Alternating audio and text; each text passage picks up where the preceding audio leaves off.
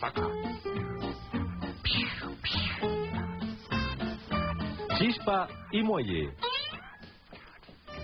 Al conocimiento por el desconocimiento, con Pepín Tre, el inmenso, el magistral, el único, el irrepetible Pepín Tre. ¿Qué tal? Muy buenas noches, Pepín.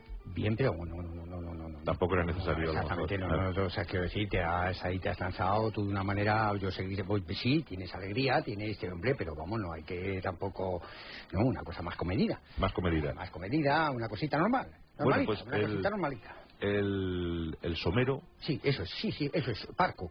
El parco, el lacónico. Eso es. Sí. Bueno, el aspirante a burgués. Sí, bueno, sí, a plebeyo. Sí, a plebeyo. El plebeyo, Pepín Tre, ahora sí, el plebeyo. Me gusta. Sí. Buenas noches, plebeyo. Muy buenas noches.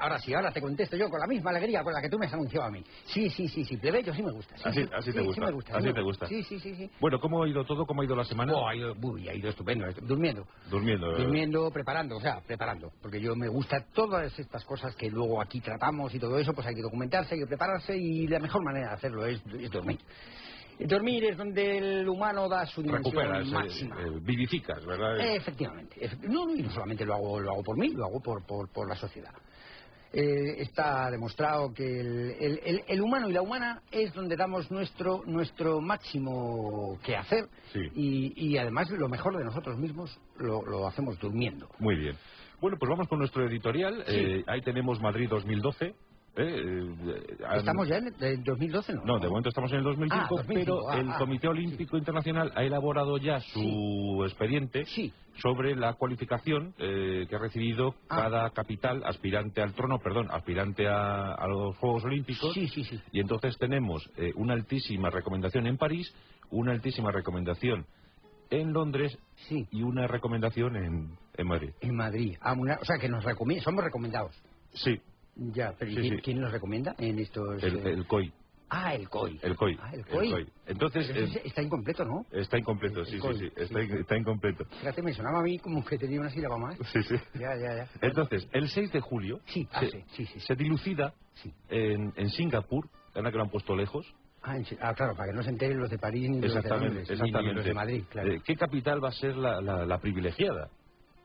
Hemos accedido a unos informes y podemos comentar algo, ¿verdad, Pepín? Sí, podemos. En nuestro editorial sabemos sí. perfectamente qué capital va a ser la elegida. Desde luego sí tenemos datos, o al menos yo los tengo. Rigurosa primicia de Chispa y Muelle en la Rosa de los Vientos. Yo lo tengo, parece ser, tampoco hay que poner en esto la mano en el fuego, porque siempre luego hay intereses de última hora que pueden mover el péndulo en un sentido o en otro, incluso en ambos. Sí, perdona, mientras que vas comentando vamos a poner unas imágenes unas filminas, de Shakira con la danza del vientre. Eso es, Shakira ha hecho mucho, desde luego por esto, pero no ha hecho todo lo necesario. O sea, eso es lo primero que hay que decir. Sí, eso efectivamente. Shakira hace lo que hace, como Unamuno hacía lo que hacía. O sea, no podemos enviar a Singapur un portafolios con la foto de Shakira con la danza del vientre. Esto no anima. Bueno, anima, pero... Hombre, podemos mandarlo, pero claro, habría que mandar algo más. O sea, no puedes mandar solo eso. Pues si mandas solo eso, pues dicen, hombre, pues está muy bien Shakira, pero claro, digamos que no redondeas el proyecto. Sí. De momento Bristol tiene muchas posibilidades.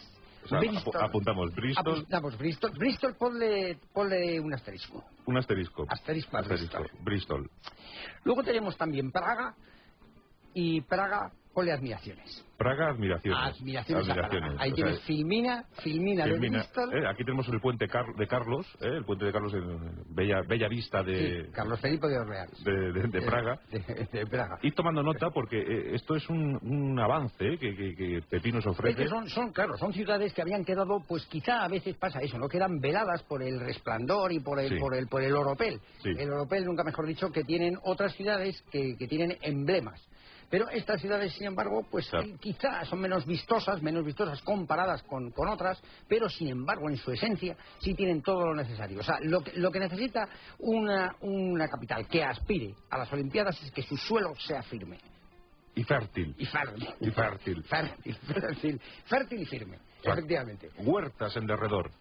Sí, hombre, sí, desde luego para la buena alimentación del deportista. Exactamente. Sí es necesario. Y luego además sí es muy conveniente que el suelo no tenga una porosidad que vaya a ir en detrimento de que sobre todo las plantas, lo que se llama el pinrel, la planta, lo que se llama planta, que de ambas maneras puede llamarse, tenga un sustrato, tenga una sustentación, que eso le permita al deportista dar su máximo desarrollo. O sea, que el deportista, además de la huerta, sienta que el suelo es seguro. Efectivamente, que está pisando en suelo firme. ¿Y eso será en Bristol y en Praga? Bristol, Praga, bueno, no quiero eliminar el resto, porque tienen también su suelo, tienen Nueva York, Moscú, Londres, París, Madrid... No. Tienen un suelo, pero no de la misma calidad, desde luego que tiene. Bristol es un asombro. Bristol y Doncaster. O sea, Doncaster también. Pero si tú tuvieras que inclinarte por una gran capital europea, sería ahora mismo Bristol. No. Vaya. No. Yo me iría a Génova. Génova. A Génova, por Alonso Martínez. O sea, Génova por Alonso Martínez. Sí, o sea, es una zona. O sea, tú pondrías las Olimpiadas, pondrías los Juegos Olímpicos justo en la calle Génova. En la calle Génova, para que animen. Sí, para que le den color. Sí, porque si no, es que esta es una calle que tiene... Bueno, pues tiene sus cosas, ¿no? Tiene también sus cosas. Tiene sus cosas. Sus edificios, ¿verdad? Tiene sus edificios, tiene... Balconadas. Para el público, balconadas. Sus balconadas. Pero yo remataría. Es una zona que tiene cierta dureza, que eso permite, o sea, yo daría la salida en Génova y llegada en Bristol. En Bristol. Con lo cual, entonces cubres perfectamente un territorio y puedes ahí animar a... Y quedamos bien con la candidatura madrileña y con la candidatura londinense, ¿no? Comedia, sí. Europa quedaría, yo creo que muy satisfecha. Entonces, ahí está el vaticinio, ahí está la propuesta, ese es el dato. Bueno... yo tampoco quiero decir, en esto no creo un equívoco, pero bueno, también se está hablando de los monegros. Siendo rigurosos, siendo científicos, el único lugar donde hay huertas y el suelo firme es más o menos en torno a la calle Génova en Madrid. O sea, esos son los datos. Sí, bueno, unos datos que tampoco no son fehacientes, no son fehacientes. Lo que pasa es que son datos que se recogen, o sea, son habladurías. En el fondo son habladurías. Exactamente. Porque, además, sin embargo, los monegros sí podría ser. ¿Para alguna competición en especial? Bueno, pues natación. Saltos de esquí, ¿no? Natación. En principio lo que se ha pensado es natación. Bueno, pues entonces Madrid, por tanto, Madrid queda declarada como candidatura ideal. Bueno, por los madrileños, pero por el resto no. No. Por ejemplo, en París han dicho que ellos son los que tienen las máximas posibilidades. Y los ingleses, a su vez, también defienden la misma teoría, que ellos tienen las mismas posibilidades que París, incluso más. Y Madrid se suma a ese triunvirato, y entonces dice que posiblemente tenga las mismas posibilidades que Londres y París, pero incluso más. Entonces están las cosas... por eso yo creo que Singapur, que prácticamente no tiene la menor idea de dónde está ni Londres, ni París, ni Madrid, se va a decantar por Bristol. Por Bristol. Eje Bristol, los monegros, que es por donde pasa precisamente el meridiano de Greenwich. Green. Bueno, pues sería el mismo horario para todos. Bueno, pues es una gran ventaja. Muy bien. Yo creo que me parece una posición ecuánime. Yo creo que sí. Yo creo que en Singapur lo han medido con lupa y han llegado a una conclusión que... Muy bien. Hombre, y si luego aquí les ha gustado, les ha despistado. Bueno, pues yo creo que ha quedado todo muy claro, ¿no? Si tienes alguna duda, pregunta, No, bien. Con confianza. Será Madrid. Bueno, pues entramos o Bristol. Sí. Entramos, el Bristol es además muy bueno para los cristales, ¿no? Muy bueno. De allí es de donde salió precisamente los productos que tanta fama han dado a la ciudad. Sí, Bristol ha sido una ciudad cristalada. Era una ciudad cristalina, un crisol. Tú le has dicho un crisol. Bueno, entramos en materia porque tenemos que hablar del buñuelo.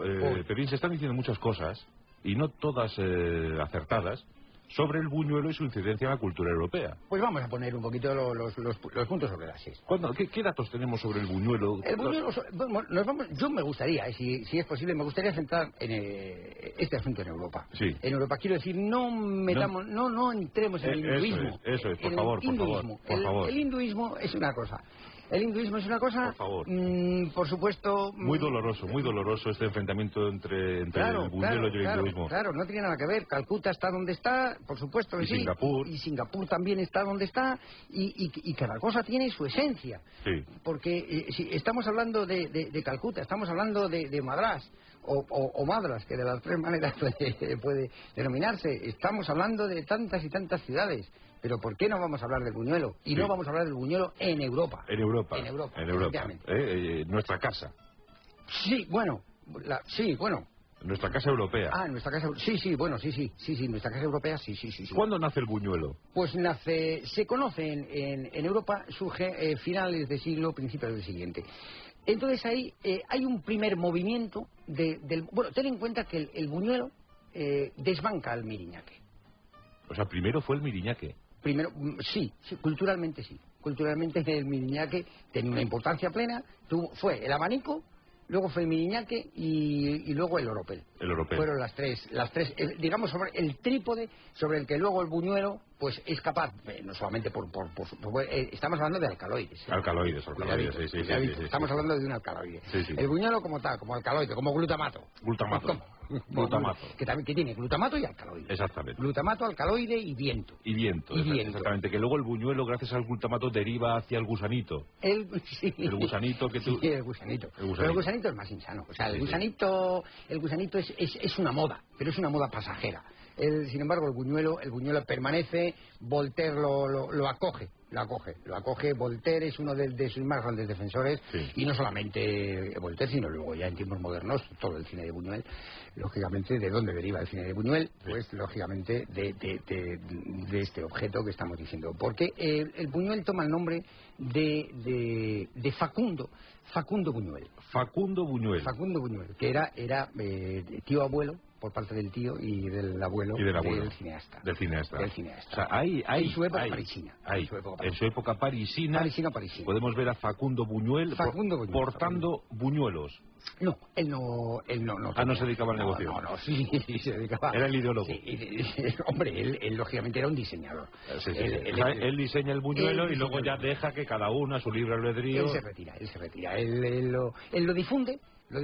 Él crea precisamente, de ahí es donde viene el latifundio, que es cuando tú difundes una cosa a través de tus latidos. O sea, este hombre le pone tal corazón, tal sentimiento a ese objeto, como digo, un alcaloide. Tiene también borodio. Tiene borodio. Pero vamos, en general glutamato. Entonces lo que hace es que lo preserva del aire, de lo que es la naturaleza en sí misma. Entonces consigue podemos decir, como un buñuelo envasado al vacío. No tiene nada que ver. No tiene nada que ver. Eso que apostillas, no tiene. Yo estaba, la idea que yo quería lanzar es muy distinta a la que tú has planteado ahí. O sea, yo lo que estoy intentando es ver cómo se distribuye esa mercadería por Europa en la época en la que estamos hablando. En carromatos. Bueno, en carromatos se hacía mucho el trabajo amanuense. Porque es el buñuelo como tal, o sea, es un artefacto, es un artificio. ¿El buñuelo? Es un artefacto. Sí. No, puede que sea artificio. ¿Artefacto o artificio? Artificio. Puede ser un artefacto. ¿O artismutis? Quizás artismutis. Sí, porque tiene parte de artefacto. O sea, tiene facto y tiene ficio. Sí. Entonces, sí, eso cala profundamente. Estamos hablando de esa corte francesa, afrancesada, lógicamente, por radicar precisamente en Francia. O sea, las cortes, los cortesanos. No es por casualidad. Exactamente, no es por azar que sean afrancesados, sino porque les determina el lugar de nacimiento, el lugar de origen donde esa corte se desarrolla. Entonces el buñuelo allí, ya te digo, desbanca al miriñaque con muchísimo. Y entonces se trae a París una manada de pumas, una manada de más de 163 pumas. 163 pumas. Pumas salvajes. Pumas salvajes. 164. Sí, eran más de 164. Eran más, sí. Sí, más de 164. Exactamente 164. 164 pumas salvajes. Pumas salvajes. Y entonces lo que hacen es recorrer, lógicamente, esos barrios bulliciosos, esos barrios alegres. Entonces la población parisien pues está enloquecida, está enfebrecida por ver esa alegría, esa cota que no habían llegado hasta ese momento no habían tenido nunca esa gota de alegría, ese ambiente verbenero, ese ambiente de fasto. Castivanos todos, ¿verdad? Todos. Entregados a la locura, ¿verdad? En París también había a la vorágine. Oscos.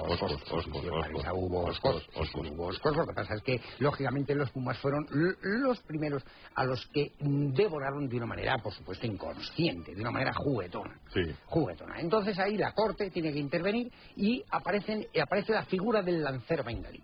El lancero bengalí, que se puede decir que es el símbolo. ¿De dónde era el lancero bengalí? El lancero bengalí era de Lyon. De Lyon.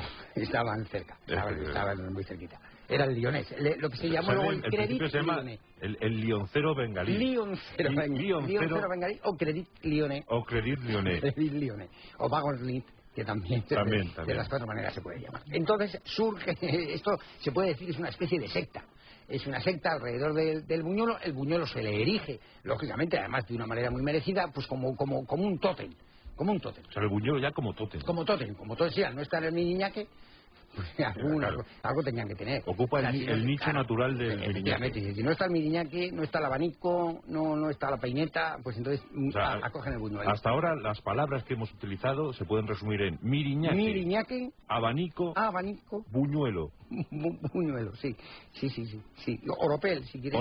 Bueno, y tintero. Si te gusta, a mí me gusta tintero. Tonelete. Como palabra, tintero me gusta muchísimo. Bueno, sí, lo puedo decir, ¿verdad? Sí. Tintero. Tótem, tintero y tonelete. Entonces eso forma el triunvirato. Se llama triunvirato, que también eso lo conoces tú perfectamente, sí. Porque en la época romana del triunvirato no participaban de esto. No. Ellos, digamos que entendían el triunvirato de una partición que no tenía nada que ver con esto que estamos hablando. Exactamente. Volvemos a la génesis del asunto. Génesis del asunto. Rock sinfónico, buenísimo. Buenísimo. De ahí salió Peter Gabriel. Y Phil Collins. Y Peter Frampton. Frampton era de... Frampton era del Manchester United. Él fue como Julio Iglesias, fue deportista. ¿Y el otro quién era? Si Génesis eran 3. Sí, eran 3, claro, era triunvirato. Estamos hablando de triunvirato. Era Peter Gabriel, Phil Collins, ¿y el otro quién era?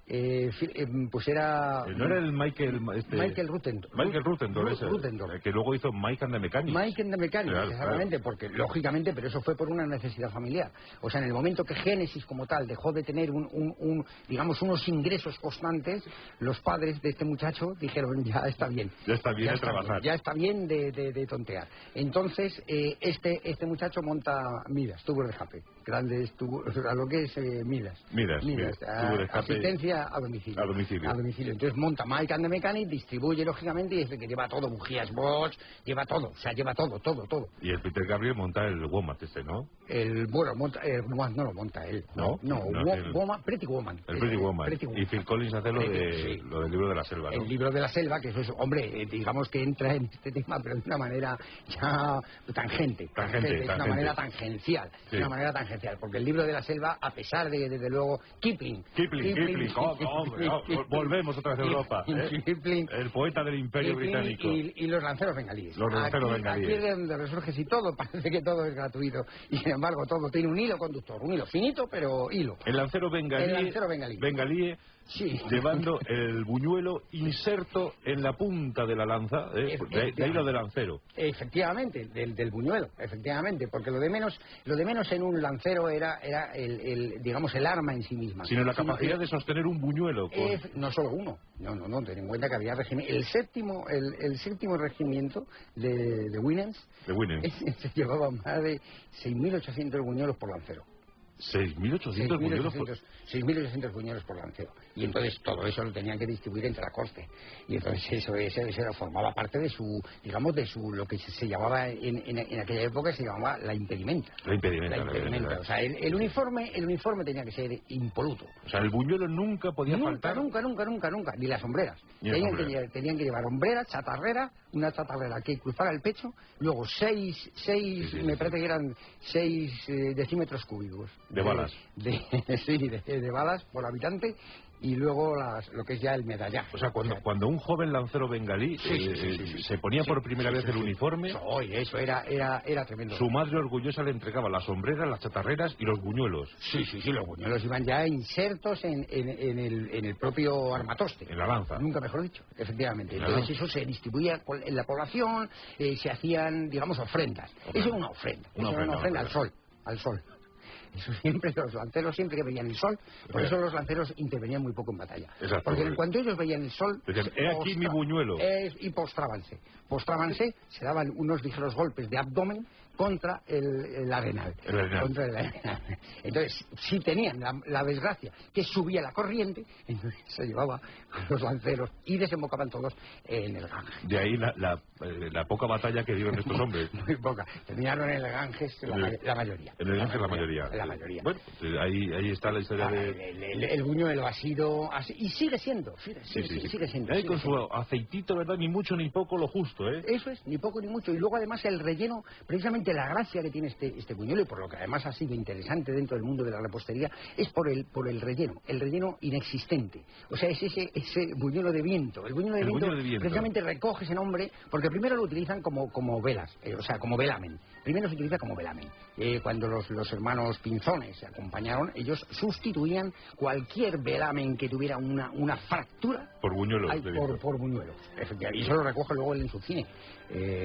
Don Luis lo recoge. El discreto encanto de la burguesía buñuela. Así, efectivamente. Es que hay mucho por hablar del buñuelo. Hay un mar de sabiduría. Me da pena dejarlo aquí. Y en ocasiones nos negamos a nadar por esas aguas, ¿verdad? Sí, qué razón tienes. ¿Qué hacemos? ¿Lo dejamos aquí? Vamos a dejarlo aquí por el momento, porque algún día tendremos que volver. Eso es así, eso es inexorable. Pepín, el buñuelo llama y nosotros acudimos a su cita. Me da pena. No, pero es que nos espera Boccaccio, ¿eh? La Rosa de los Vientos, Onda Cero.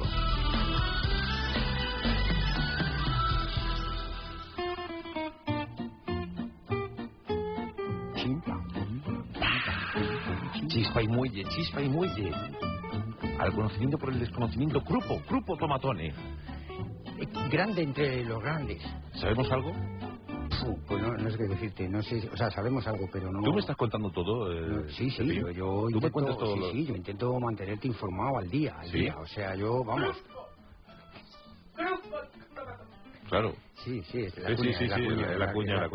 Hay que meterla porque, hombre, yo sé que da la casualidad que el presidente de la comunidad de vecinos, pues hablando de estas casualidades, ¿verdad?, de la vida, dice, dice, ¿con quién hablas tú? Digo, hombre, pues yo estoy hablando con Morcillo. Con Morcillo.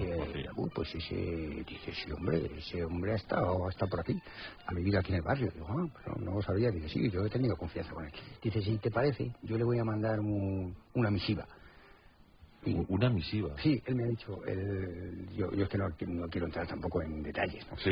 Me dice, le voy a mandar una misiva y vamos a ver si esto, dice, porque exactamente, digo, no, pues es un pingüe, una cantidad que precisamos. Sí, precisamos, efectivamente, esto se va elevando, quizá no por mala intención, sino por una demora en el tiempo, y claro, y me ha preguntado, dice, ¿y tu cuñada ha hecho algo al respecto? Digo, sí, hombre, ha intervenido y tal, porque saben, claro, en el barrio saben perfectamente... Que le falta un dedo. Sí, le faltan más de uno. Ya. Le faltan más de uno, no se puede meter conduce mejor ahora.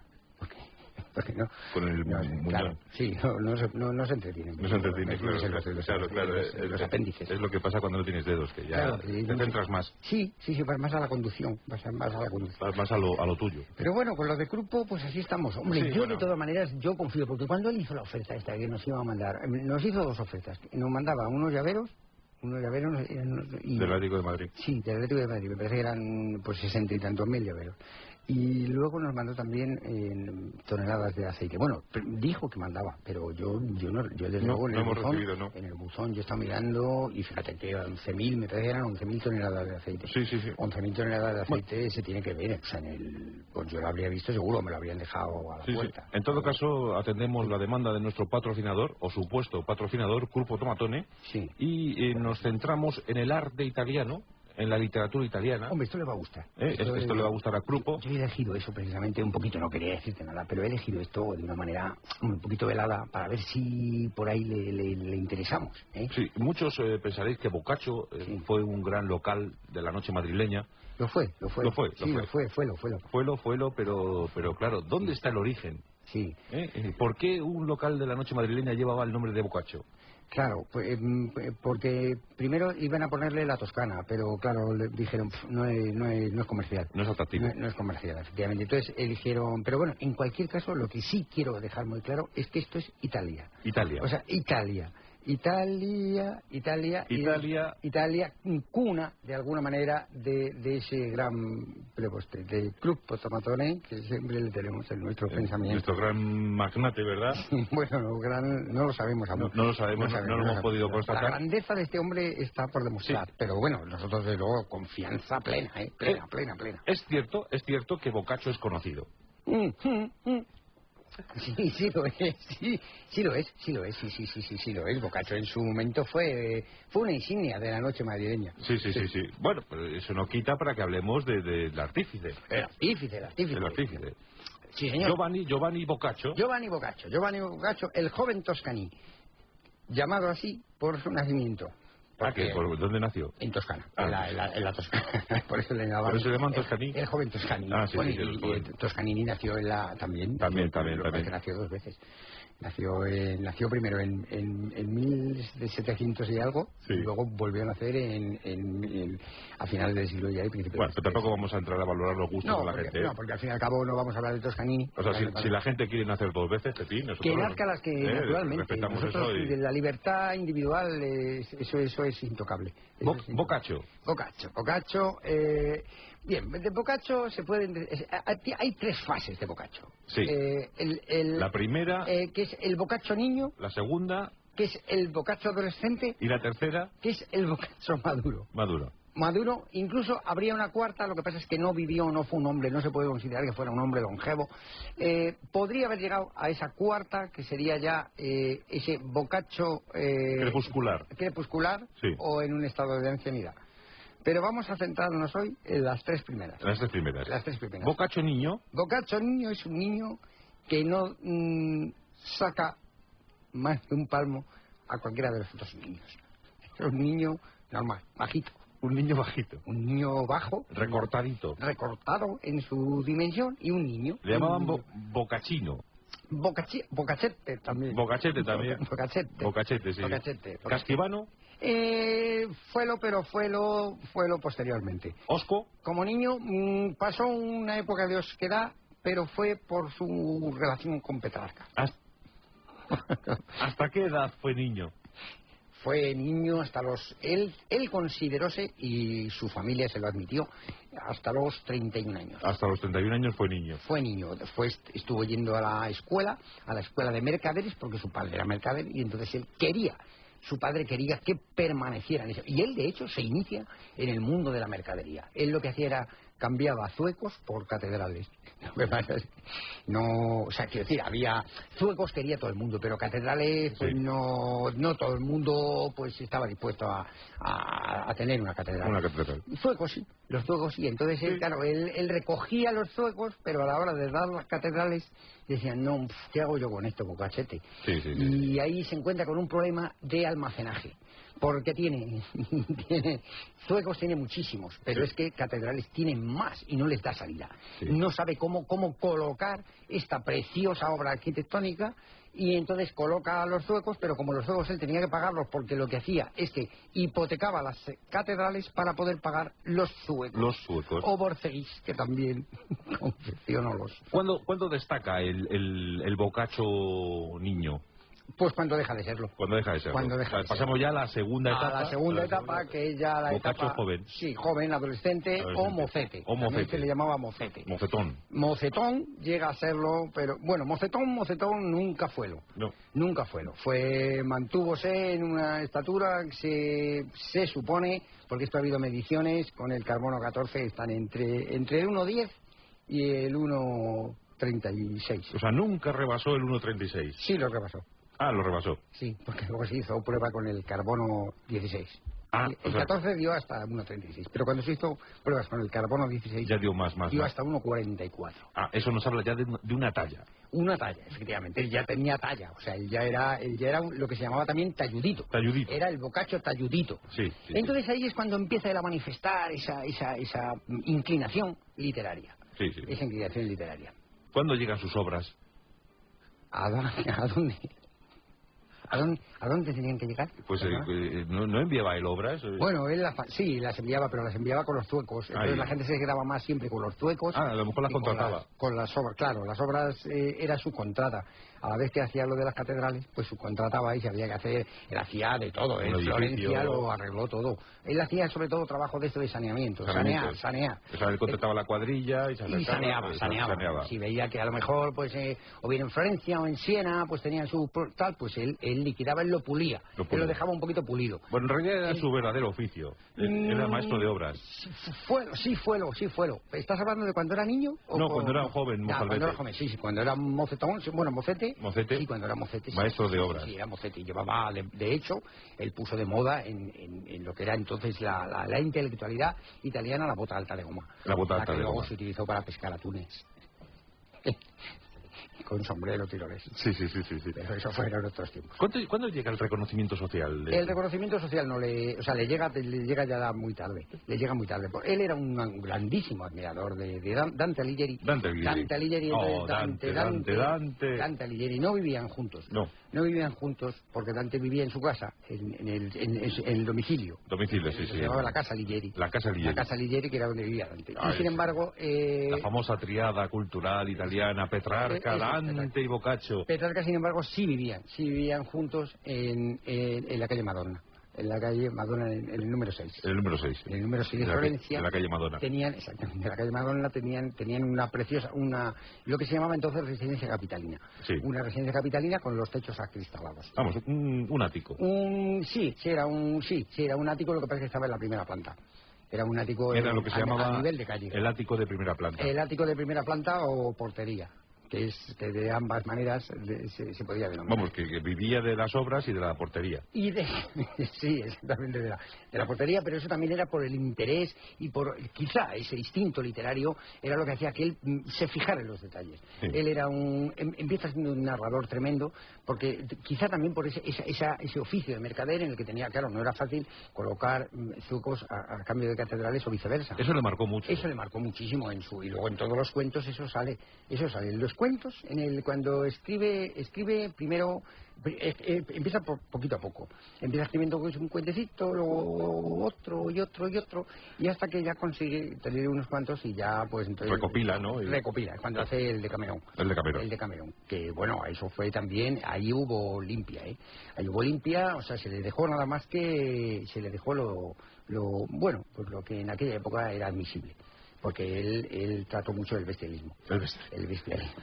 Él era por observación. Él lo hacía por observación. O sea, él veía la sociedad y... Efectivamente, y entonces él era un hombre crónica, Entonces él eso lo saca, pero claro, lógicamente tiene enemistades.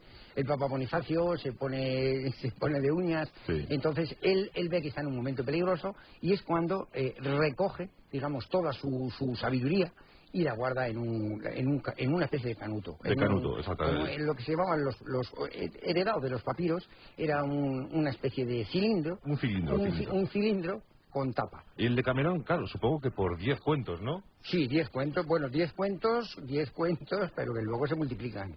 Por 10 días. Por 10 días, sí, 10 días por cuento, más todos los integrantes del grupo que contaban los cuentos por 10. O sea, al final salen, me parece que son 4.000 y pico. 4.000 y pico cuentos. Bueno, cuento arriba, cuento abajo. Exactamente. Pero todo esto es por la peste, ¿no? Sí, la peste. La peste es que no gustaba. No gustaba. En aquella época no se le tenía precio. Pues porque quizá también también porque no formaba parte de la cultura habitual. Entonces cuando llegaban pues digamos plagas, ¿por qué no decirlo? De ese tipo, pues hombre, la gente tenía un descontento, había un malestar, quizá político. Como todo el mundo sabe, en el Decamerón un grupo de jóvenes y jóvenes se reúnen, abandonan la ciudad por motivos de la peste, se refugian. Y también eso, incluso se especula que eso era una disculpa. Lo hacían también por evadirse de alguna manera de la presión familiar, por poder tener un poquito de asueto. Eran verbeneros.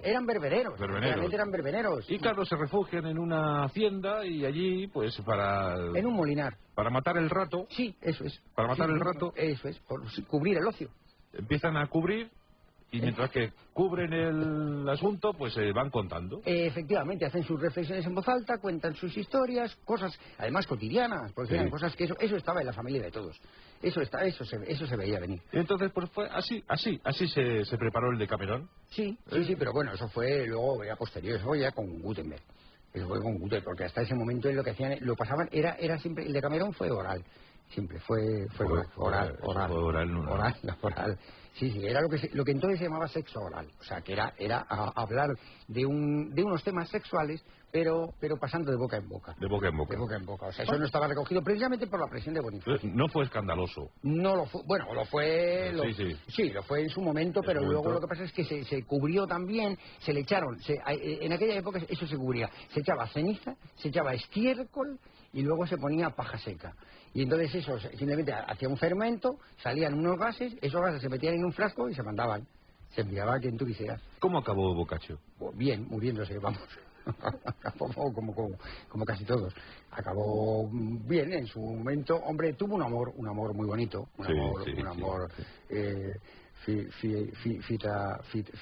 Bueno, yo recuerdo porque luego precisamente la fábrica Fiat sacó un modelo basado en el nombre de esta la que era su novia, su amor. Sí, Panda. No, era el Fiametta, me parece que. Regata.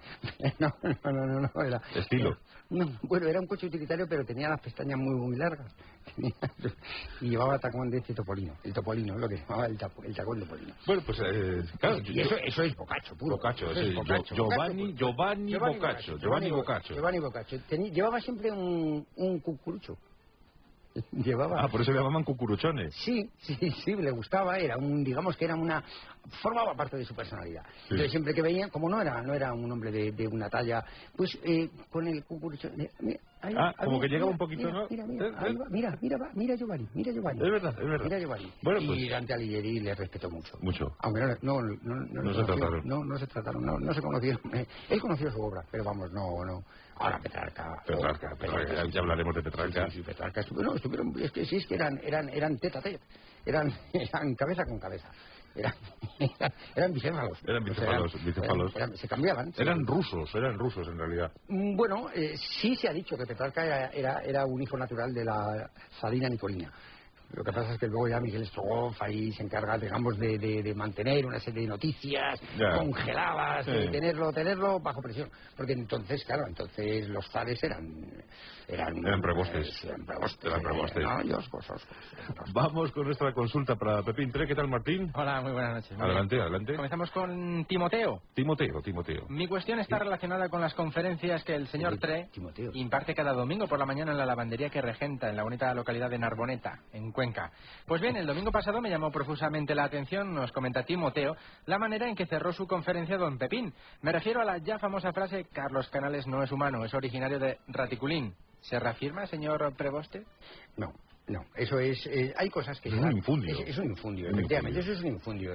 Timothy me ha dicho, ¿verdad? Sí. Me recuerda, fíjate, a Timothy Feldon, el grandísimo criador de gusanos de seda y orugas canolas, que le daba de comer molera. Timothy, bien, no es el mismo, bien. Pues no, en Cuenca, que no está... O sea, directamente, el que no está. Miguel Ángel tiene varias preguntas, atención. Primera, ¿tiene algo que ver la pipa de girasol con la pipa de la paz? ¿Los zascandiles fumaban en pipa o se comían las pipas de girasol sin pelarlas? ¿Los tarambanas eran amigos o enemigos de los zascandiles que pintaban en medio de los oscos? ¿Estos últimos tenían algo que ver con los Oscar? ¿Cómo responder a tantas dudas? Qué bárbaro. Bueno, de esto yo prefiero no entrar en materia. O sea, simplemente diré que los zascandiles son los zascandiles, por supuesto. y eso no puede dudarlo nadie. O sea, si es Zascandil, es Zascandil. Y por supuesto, pues estamos hablando de otra serie de pueblos, de etnias, que son diferentes. Entonces, eso tendremos que tratarlo, porque lo que vamos a hacer es una historia. O sea, hay que... Un recorrido etnológico. Efectivamente, esto hay que hacerlo porque ya está bien de que haya esa confusión entre el territorio Tarambara, el territorio Zascandil. Eso tenemos que marcar perfectamente las fronteras y haremos una narración como es debido de todo esto. Pero vamos, eso lo haremos, pues no, dentro de bastante. Sí. Espera un poquito. ¿Quién era? Manolín. Manolín. Sí, Miguel. Catatón viene ahora. Últimamente se habla mucho de las energías renovables y el fin de la economía del petróleo. Quería proponerle a Pepín la realización de un monográfico sobre el invento más prometedor en este campo y del que ya se habla en todos los círculos tecnológicos. Sí. El motor propulsado por Ferralla. También sería importante e interesante que en ese monográfico se hablase de su creador, el famoso físico Gumersindo Cortaúñas. Sí lo hay, sí es cierto. Está en el Royal Albert House, he visto yo. Sí. Ahí está en boca de todos. Está en boca de todos. Estuve yo el otro día precisamente en una charla que dio, bueno, pues una de las mujeres que más conocen esto. Sí. Y bueno, estuvo hablando precisamente de esa ferralla. O sea, en el fondo lo que están haciendo es utilizar la base es el torrendo, que eso ya lo hemos hablado aquí. O sea, el torrendo como tal es la base energética. Es el combustible del futuro. El combustible del futuro, efectivamente. Lo que es torrendo, ese destilar que tiene. Entonces, a partir de ahí, lo que sí sería es una mezcla. Eso se hace en mortero.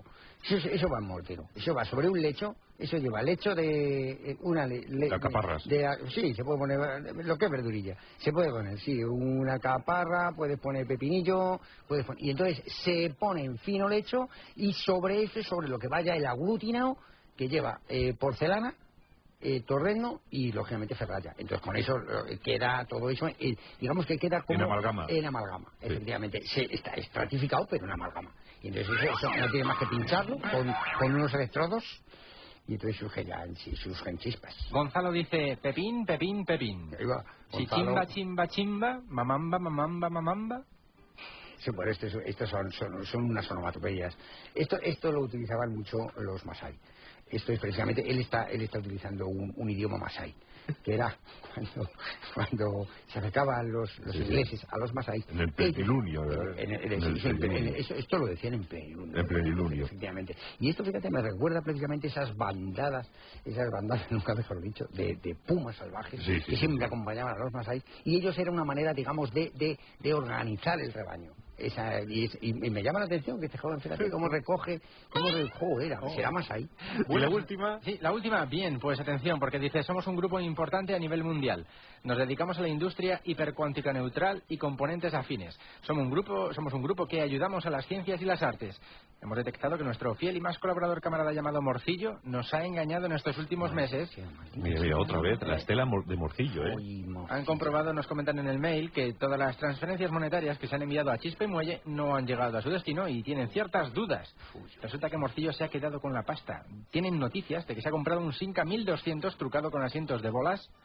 Y además, ¿a qué se la vendió mi cuñada? Se ha comprado un piso en la periferia de Cuenca y vive abagarragando una cubana que fuma. Otra vez Cuenca, Otra vez Cuenca y una cubana que fuma. Claro, pero si es que esto es un follón, porque fíjate además que pista. Claro, dice que saca como... O sea, un Simca 1200. 1200, sí, lo que ha vendido mi cuñada. Pues acaba diciendo, en poco tiempo tendrán noticias del grupo. Atentamente, Morcón. Empiezas a tejer. Empiezas a tejer y te sale una bufanda, Es una conspiración, Pero claro, ahí ya lo que me está doliendo es que a ver si va a estar implicada mi cuñada. Yo siempre he sospechado, lo que pasa es que por respeto a... Claro, al fin y al cabo, la familia, eso no, yo no sé, lo dudo. Yo lo de los dedos, no te creas que me termine de convencer, Porque... Claro, eso puede ser una señal, ¿verdad? Sí. Sí, ¿no? ¿Y qué hago? ¿Qué hago yo ahora? Pues, hombre, yo le diría que ya dejara el teléfono de rosca, porque ya no tiene cómo marcar, y que comprara uno de estos inalámbricos. Un inalámbrico, ¿verdad? Por voz, esta de voz libre, ¿no? ¿Cómo se llama ahora? No podría meterse bajo la piel. No se puede meter como si fuera un... Claro, tu cuñada... Un dictáfono. Perdona la broma, pero tu cuñada ahora, claro, tiene las manos libres. Sí, bueno, totalmente libres, sí, ociosas, más que libres. La Rosa de los Vientos en Onda Cero.